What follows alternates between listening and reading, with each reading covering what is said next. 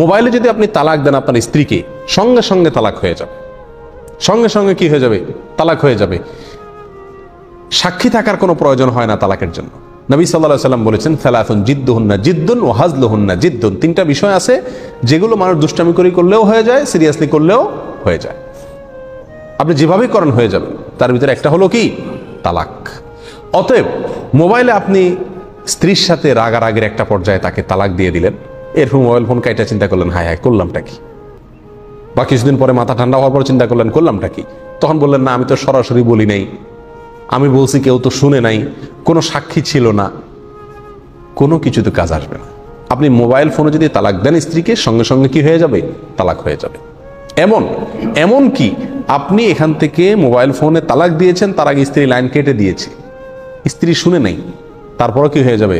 তালাক হয়ে যাবে। তালাকের বাক্য সরাসরি স্ত্রী শোনা কোনো জরুরি না। আপনি তালাক